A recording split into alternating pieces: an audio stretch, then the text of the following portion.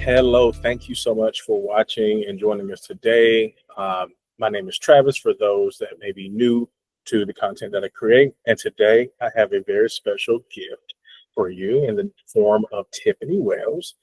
I'm going to let her introduce herself and you'll know why I had to ask her to come on. Oh my goodness, Travis. Well, good morning, everyone. How are you? I am Tiphanie Wells. First, I want to thank you, Travis, for having me today.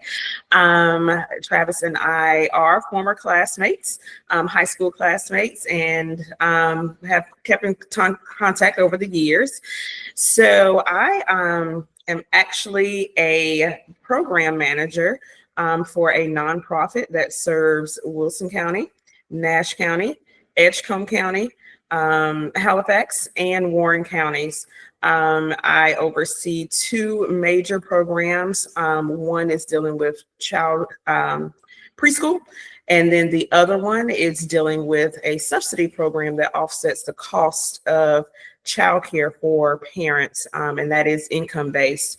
And so with those two programs, I am working primarily with the school systems for both Nash and Edgecombe County, managing approximately $4.6 million in funds that go out to the community and those school districts to manage those programs.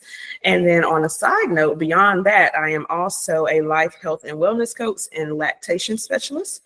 And so I work with women primarily, but I am also open to working with teens and males as well, or whole family units. But I primarily work with women, supporting them with various transitions in life. When you're thinking about going back to school, furthering your education, doing a major career change, pivoting from one career that you've been in for a long time, or you may have just feel like you're at a dead end working a job and now you're looking at finding something long-term. So I work in coaching women with that, as well as the whole process of planning and trying to conceive during your pregnancy and in that postpartum period. So I am quite busy doing a lot of things, but it is all to support people and give back to the community as much as I can. So now maybe you have a slight grasp of why I had to ask Tiffany. So as she said, I've known her for a while. I've known her, all of my teenage life and adult life. But I was scrolling on TikTok. So she's also a content creator, apparently. So out of all the credentials that she didn't mention, because I'm pretty sure the list probably could go on if you wanted it to. But I saw that she had an affinity for coaching, as she said, and leadership. And as a program manager, and especially as a career counselor or career coach, I imagine, Tiffany, that you get a chance to connect with people of all different levels: executive, entry level, fresh out of college, that first job, that maybe seventh job. So, and my background is working in career development as well. So I've been working with professionals of different stages, working with their interview coaching skills, their salary negotiating skills, and also their resume writing, or essentially helping them write their resume. And over the last, I guess about 15, 16 years now, I've had a lot of fun helping great people get the job that they love. And now, out of all of that, when it comes to performance coaching or performance for leaderships or even leadership coaching, I know that I've had a chance to work with some C-suite and some executives, but also just professionals. And one thing I keep seeing is that sometimes there's ego, sometimes there's title before person, sometimes there's presence before responsibility, mission before pleasure. There's so many different dynamics, and I know with the 16 different personality types that are listed, that brings me to the first question that I want to ask you. So in your experience, how do you coach, or have you seen people who may have the title, they may have the responsibility, but they may have to exhibit quiet leadership when there may not be the most senior person in the room, but they're still responsible for driving collaboration and results. Yeah, I'll kind of piggyback off some things that you mentioned earlier before I dive into that question. But I'll say, yes, you are correct. And I've worked with probably every level from the grassroots and the entry level worker, or the worker that hasn't even started working yet. They're fresh out of college or trying to decide their major in college to determine what career field they want to go into, all the way up to executive directors and C-suite. I'm currently, dealing between the school districts, so I'm speaking directly with superintendents as well. And so it's just every level and aspect that you can think of, and those personalities do sometimes play out in the work. And for the most part, though, the encounters that I have, it's all beneficial and positive, and you can kind of see why they ended up in the roles that they ended up in just based off of their personalities. Once you start having those conversations and those meetings with them, it can be challenging to get in. Sometimes just being a female, being younger, and I don't really consider myself young anymore, but when you're thinking about people that have been in their career for quite some time now, they're seasoned veterans, and I mean, I've been in education for over 20 years now, so I consider myself seasoned too. But when you are dealing with people that are double my age, it is sometimes hard to get in those rooms, but once I get in, I do feel welcome. I feel like I have a seat at that table. I feel like I'm able to be heard as well as respected. But I will say, what I've kind of noticed also is that it can be a challenge. It can be a challenge working with various people. And the programs that I'm working in, I'm working with people on the state level as well as the local community level as well. So it can be a challenge in navigating that. But I will say that once I can get in, then it's a little easier. Yeah, for sure. Middle management is what I see the most, where you have that kind of quiet aspect where they are really driving a lot of the process. They're getting a lot of things done. They're sitting in between both of those levels as far as entry and then senior level or C-suite. But they are quietly behind the scenes managing people as well as managing the work, managing the programs, managing the money. So that role is a heavy role that sometimes I don't think people recognize the weight behind being a middle manager. Yeah, I completely agree. And you mentioned something that I thought was pretty very significant, is that you sometimes are working with people who are older in age, but even those older people, it may be their first time or first career in that space. Mm-hmm. So diversity is not always, race and religion and gender. It's sometimes, working with older people in a newer space, or even an older space working with younger people. Mm-hmm. So in your space, you work with various agencies, would you say? I do. Mm-hmm. So a small segue, but introductory question to this aspect is, over the last few years, let's say about, 7 years or so, I've been writing books to help people get the job they love, as I mentioned, and mainly on getting interviews and how to interview, but more so the aspect of getting interviews. And sometimes those people, especially over the last 3 years, I've kind of niched down a bit more into working with professionals to help them get into foreign service. So if they want to become like a U.S. diplomat, mm-hmm. and that, which is, you got foreign service and civil service, but I typically focus more on here lately on people who want to be a U.S. diplomat. So there may be a foreign service officer or foreign service specialist, and there's different agencies within an embassy. A U.S. Mm-hmm. embassy is basically a small White House. It's the government in a smaller building, in another country. And the United States has embassies all across the world in all these different countries. Usually one embassy country that we have a positive relationship with. So with that being said, what advice would you have for maintaining credibility and authority when working alongside experts from other agencies? So just different agencies. In my mind, I'm thinking, DOD, CIA, but and even in your space, working with different agencies who may have different mandates or communication styles. Oh, yes.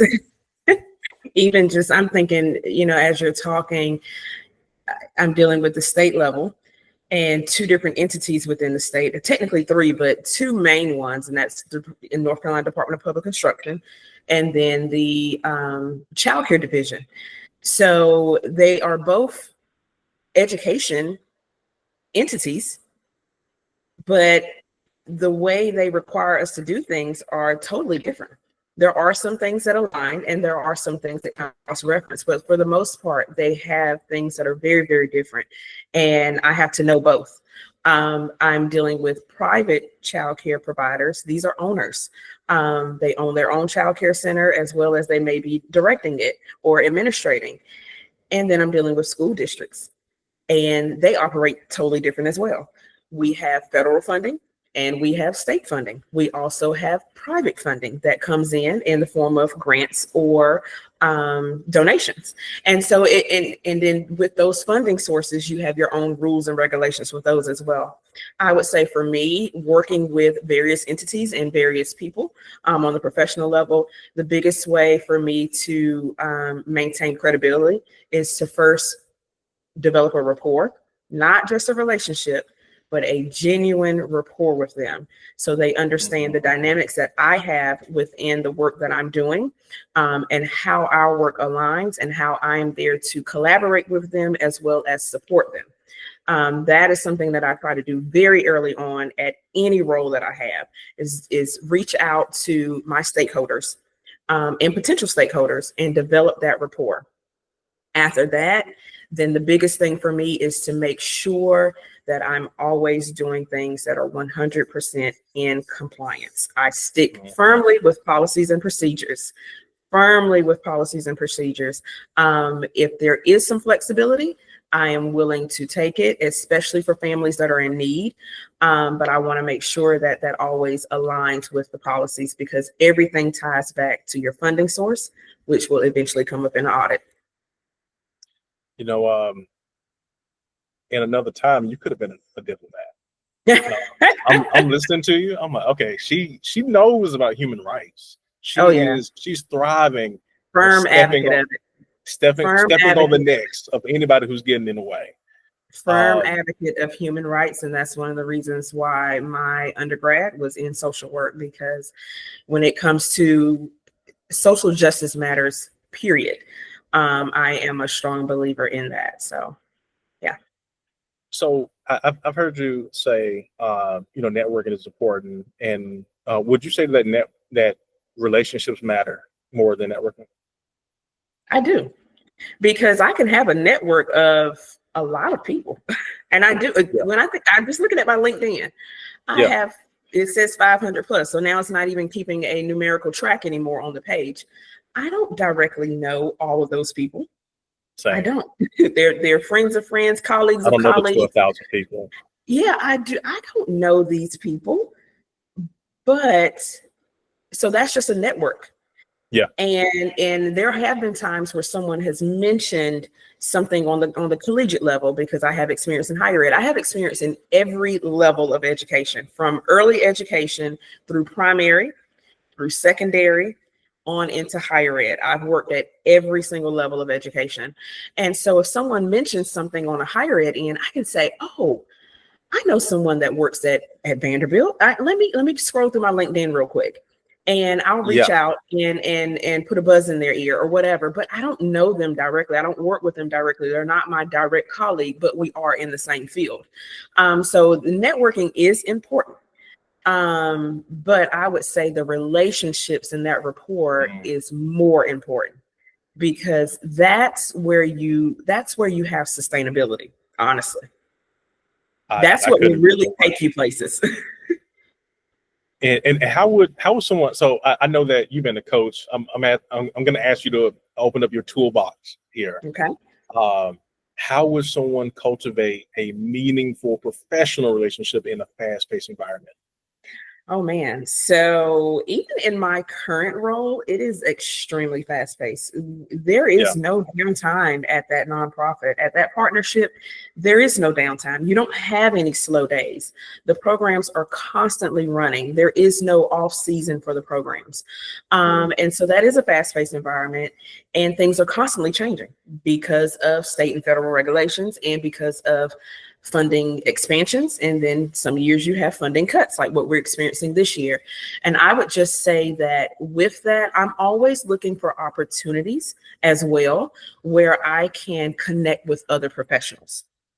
And so some things that I've done since I've been at this nonprofit is, number one, I was in the institute with the North Carolina Center for Nonprofits, where there was a whole cohort of us, and it was a 6-week program where we did nonprofit management.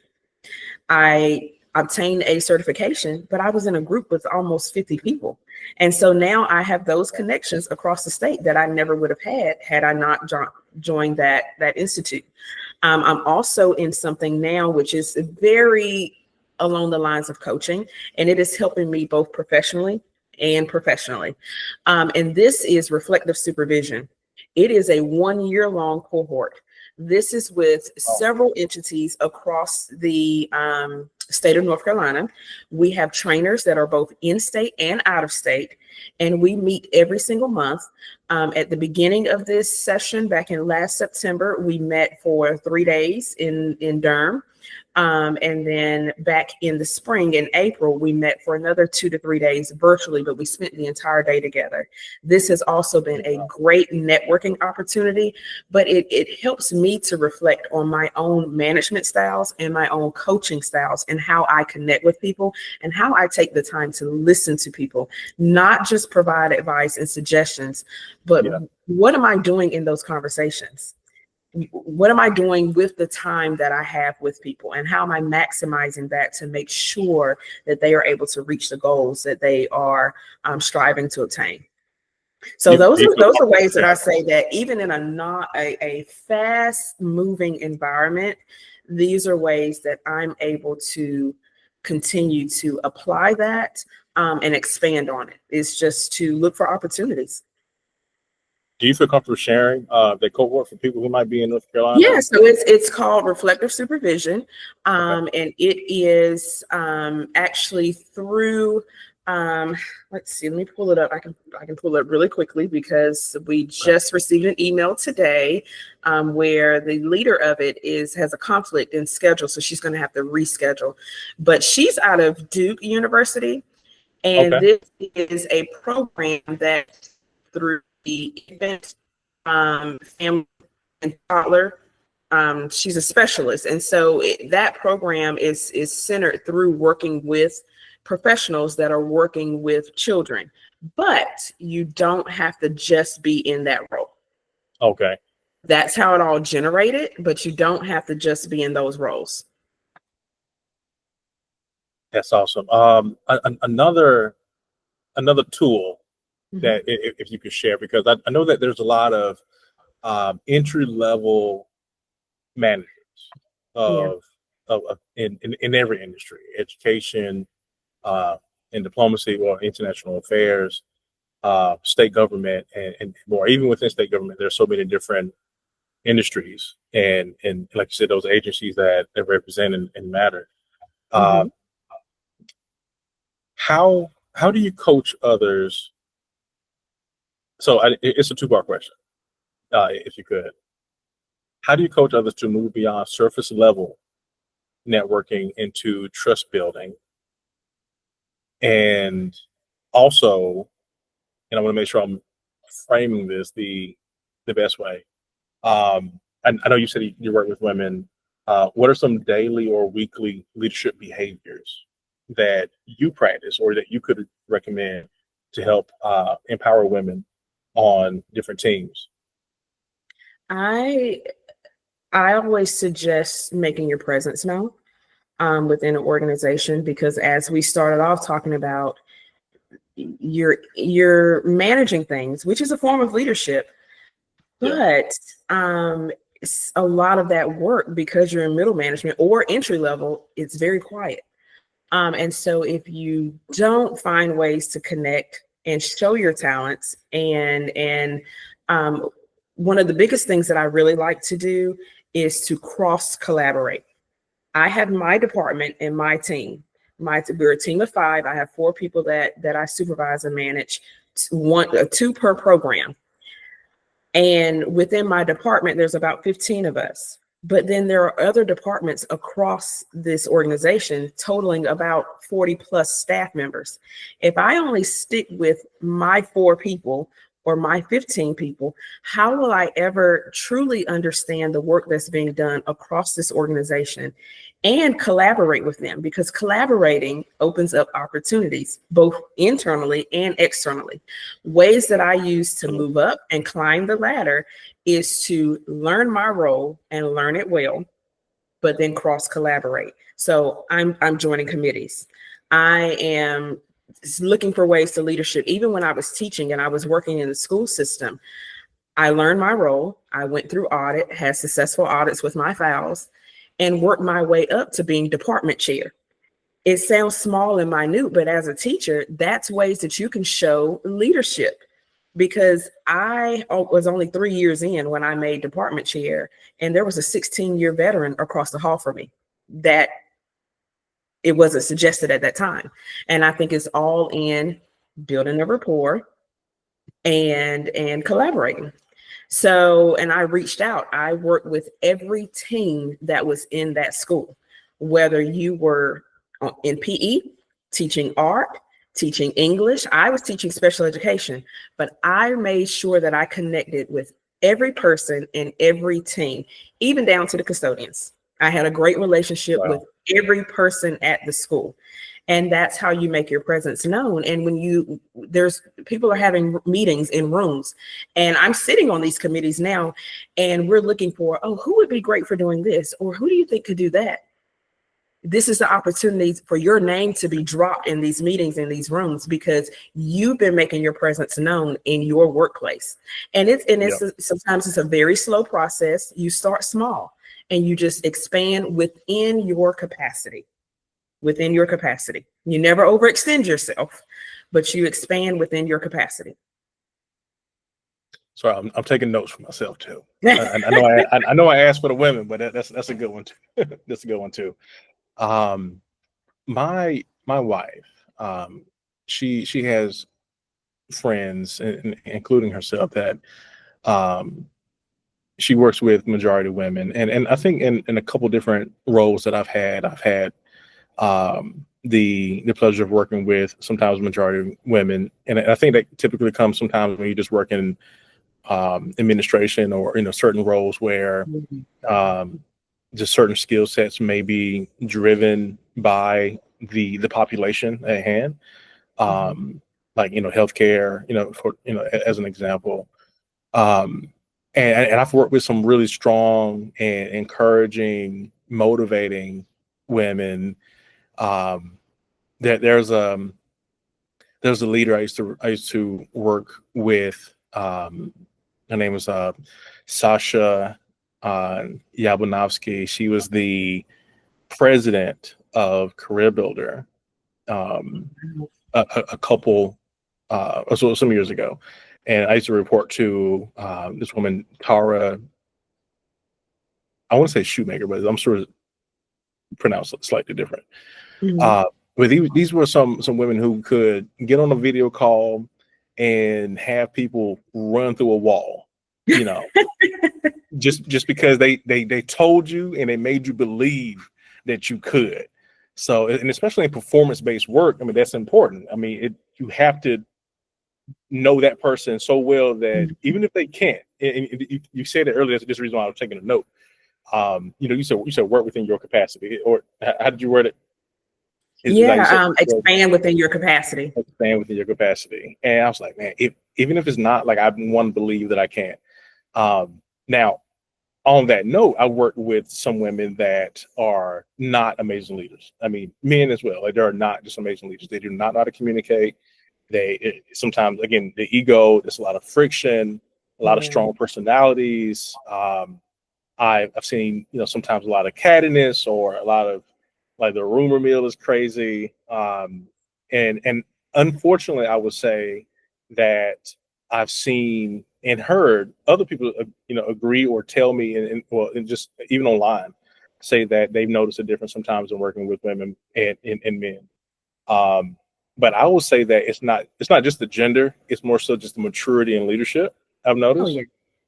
So I guess the question, and this is me digging into your toolbox again, what tools or habits um, have helped you reduce friction and encourage productive dialogue amongst strong personalities?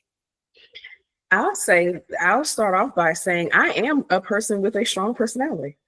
I I remember, I've and I imagine that always this had kept one. growing. I've always had one since childhood. And When you say you was a leader, I was like, yeah, that makes sense. you, I was like, you know it what? just, yeah. Honestly, it is one of those things where you can either build on that and it can make you, or it can break you.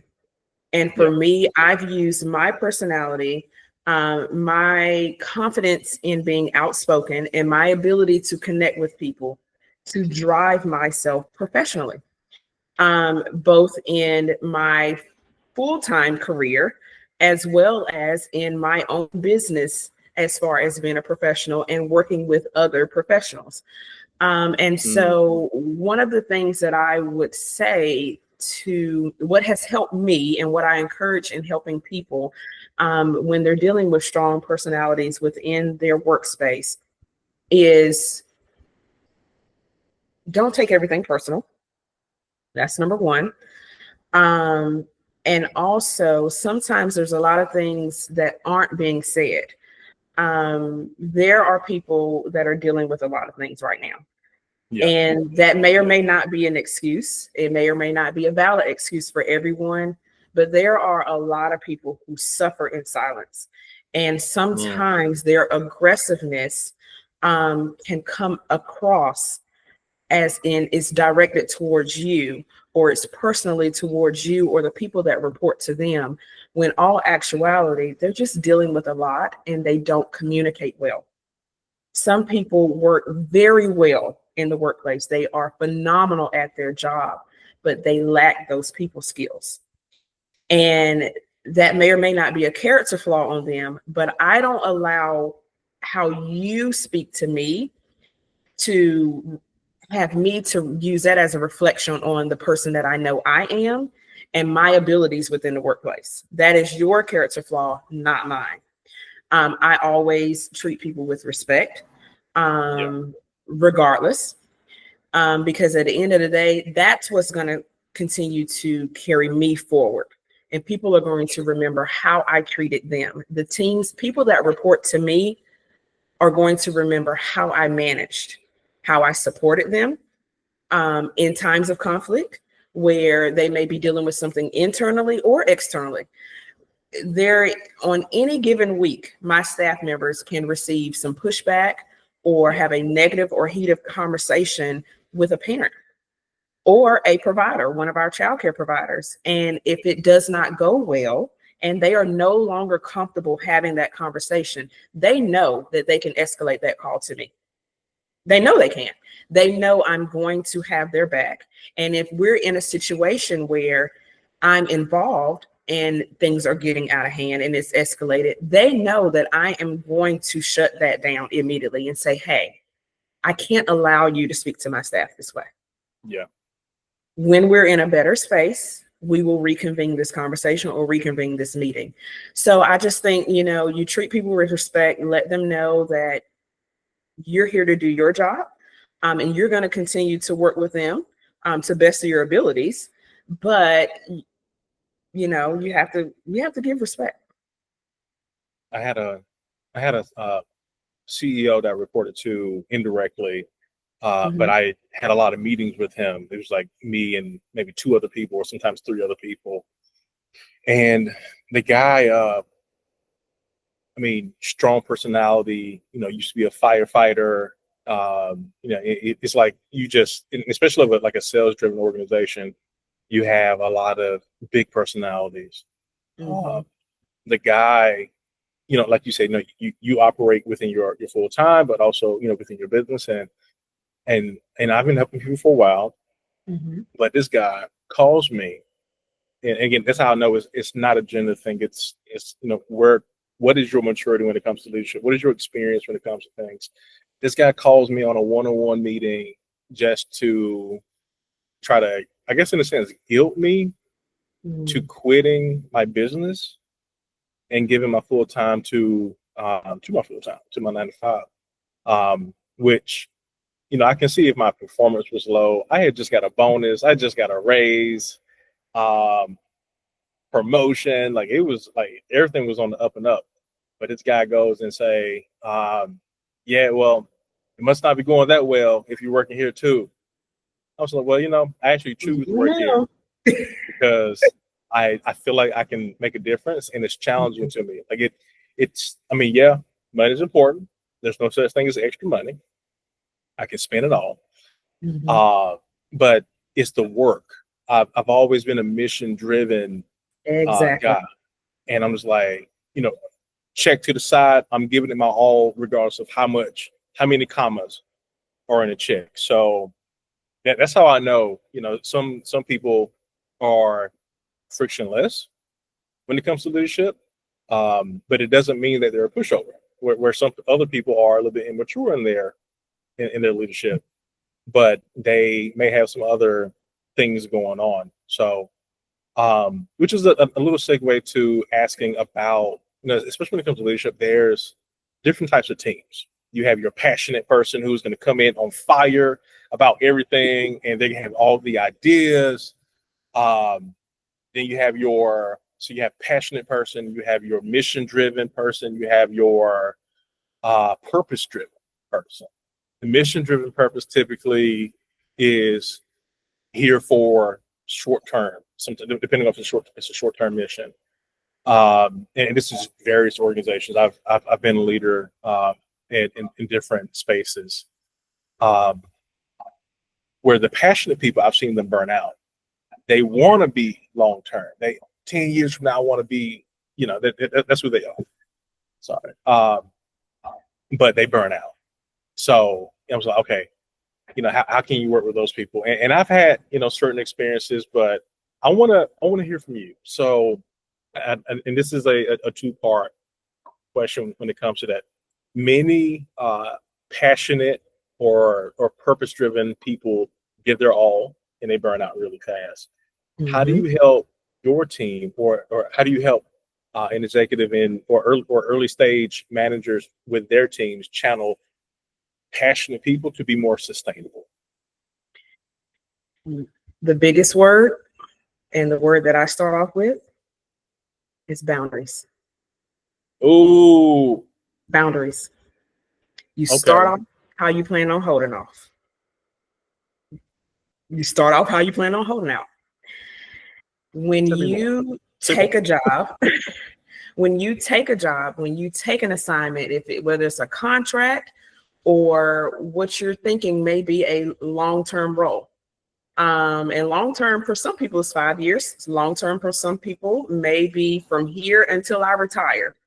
But when you take that role, you need to start off how you plan on holding off or holding out. And so for me, I know that I like to connect with people, and I know that I plan on being involved. I go in with boundaries. I'm going to do my job because that's what you hired me to do.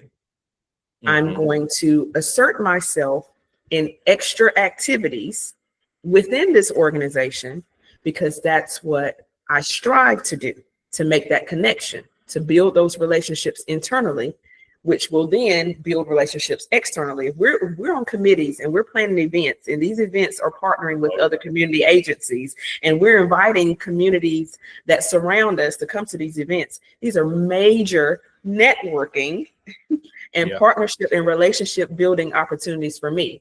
I'm going to do that, but I'm going to do everything within my capacity. One thing that I tell people, and I used to feel guilty about this, but something kind of clicked in me when I hit 30. Because I started off being one of those ones where I was just like on fire and I'm trying to do everything. And then now I'm 2 or 3 years in and I'm like, I don't love my job anymore. Like, I like the work that I do, but in general, I don't love my job anymore. And I'm burned out. I don't want to leave the field of education, but I'm burned out. So now I need to look for another opportunity. But you're going to keep repeating that cycle if you go in giving everything you have and not saving anything for yourself. And so it sounds cliche, sounds a little negative, but when I tell people this and then I give them some context behind it, they understand. Do not give a job your 100%. Don't do it. Because if you give a job 100% of you, that's all of you, what do you have left for yourself at the end of the day? You have nothing left for you. You have nothing. You have poured now your cup is completely empty. You have nothing for yourself.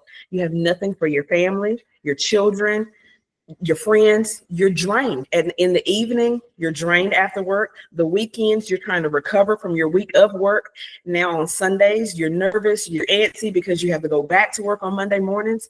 You shouldn't live like that. You should enjoy the work that you're doing.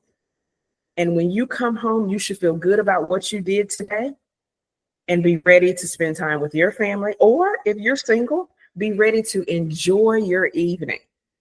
Enjoy your evening. Enjoy your weekend and not stress about work. But people who are burned out or showing signs of burned out, that's because they have depleted themselves in the workplace. And I think society, culturally, and society and the environment that we're living in now, it just has people on this wheel. They're on a hamster wheel all the time. It's not good for your nervous system. It's not good for your body. It's not good for your mental health. You have to take care of yourself in the workplace. And if that's something that is very important to you, some employers get it. So look for employers that have things that are built into their benefits package, like mental health days or mental wellness days, or they support mental health. And so they have it where they have an employee assistance program that's built into their package where you can reach out and speak with someone if you feel like you're struggling and you don't want to have that conversation internally, maybe with HR or whatever. So you want to speak with someone that's non-biased. Look for employers that invest in benefits packages like that. For sure. That give you ample leave, paid PTO, give you leave. And then I encourage you to feel free to use it. It is your benefit that you have earned. And I'm not saying be habitually out of work, but there is nothing wrong with maybe one day a month, one long weekend a month, one Monday or one Friday, you use PTO. That's only 12 days a year. Most people accrue more than that at an employer that gives generous leave. Most people accrue well over 12 days a year. Plus you have your holidays built into that schedule as well. But allow yourself some time to breathe, and you will be, if you're going to work and doing the job that you were hired to do, please understand that is enough. Society has us thinking that you have to do your job and feel like you need to do a whole nother job on top of that and give yourself completely away to be a good employee. No. No, that's so good. You showed yourself as worthy based on your resume and the skills and your application. You earned yourself a spot at the table for an interview and you landed the role. So you are worthy of this role. Go to work, do the job that you were hired to do. Find ways that you could connect within that organization as well, because that will help you with internal growth. Whether it's just growth as a professional or growth literally by being able to climb the ladder, but take care of yourself as well. So that's the advice that I give. Boundaries. Mental health is so important. When that CEO I was telling you about, I've had some roles, but that CEO, I started out in one role and I was promoted into was basically creating a new HR department for them. Mm-hmm. And you would think, with the company being an HR compliance company, where we're definitely not sipping our own Kool-Aid. We're like at all. But we're creating this training, telling people how to behave in their organizations. Mm-hmm. But after, not immediately after, but at some point after, I began to lose my own identity and who I was in the workplace was, once again, who I was even off the clock. Here it is Monday morning. Yeah, Travis, how was your weekend? Man, it was great. I found myself reading this article, blah, blah, blah, just circling right back to work, keeping it relative to what they're actually talking about. And am I so dedicated to the purpose and mission and vision of the organization? And a lot of the people who were at this organization have since gone. The CEO was also terminated. But I was let go, and instead of me just bouncing back, it was so strange to me. I was like, how am I going to get let go? And it can't be performance based. Again, I just got a raise months ago. Just got a bonus months ago, but it was due to that thing, where they didn't like me having any other part of myself. But when I lost that job, as a grown man in my 30s, I was just kind of, I can say moping around, but again, my identity was tied to that. Well, Travis, you are the HR guy. Travis, you are this. Like, this is who you are.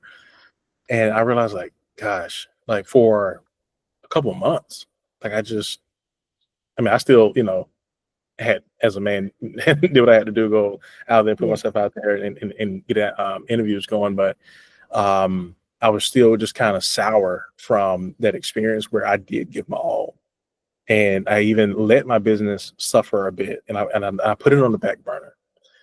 And that was the last time where I realized, like, okay, I can never let my identity get tied into this again, because my mental health was challenged in a way where I questioned my own purpose. I questioned my existence for, like, gosh, if I can't do this and I can't provide for my family, then what, and who am I? And what, I was like, this is definitely not who I was created to be. This is not who I am. But mental health is so important. And I strongly encourage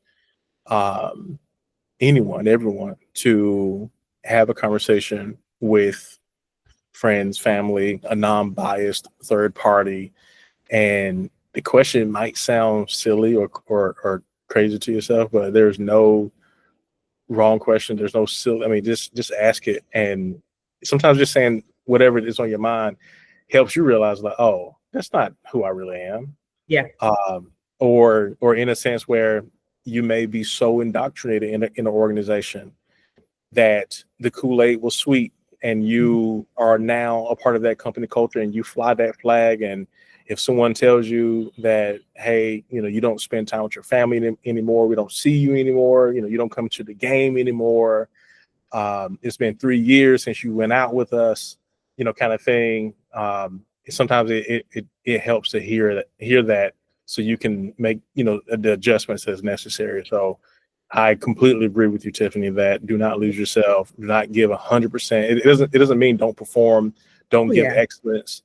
But as far as like who you are, we already spend 40 hours at minimum a week anyway, with our coworkers, and sometimes less time than that with our family and friends. So yeah, just finding ways to find yourself and all that.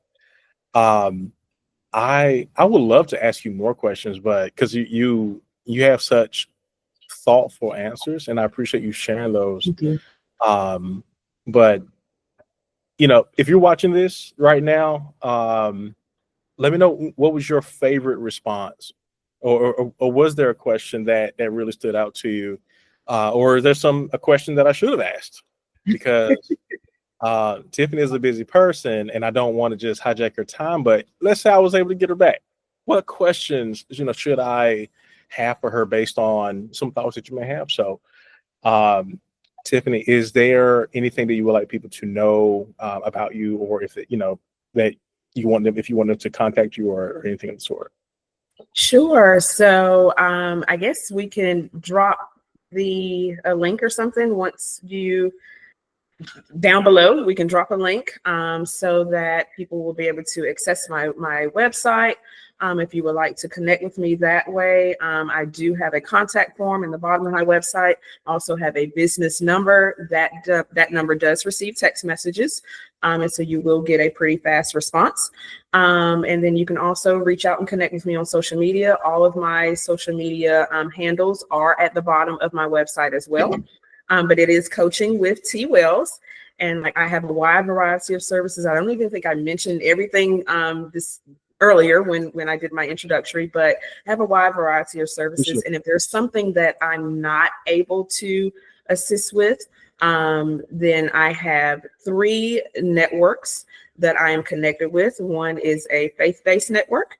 The other one, or the other 2, are networks that are spread out throughout North Carolina, and then another one is a national network. We have 2 providers, or 2 or 3 providers that are out of Canada, but most of them are in different states across the U.S. And so pretty much anything you need, whether it's therapy, even down to having chiropractic services, physical therapy services. I'm in provider networks with all kinds of people that can assist with everything. So if it's not my specialty, I can promise you I can connect you with someone where it is their specialty to help with that.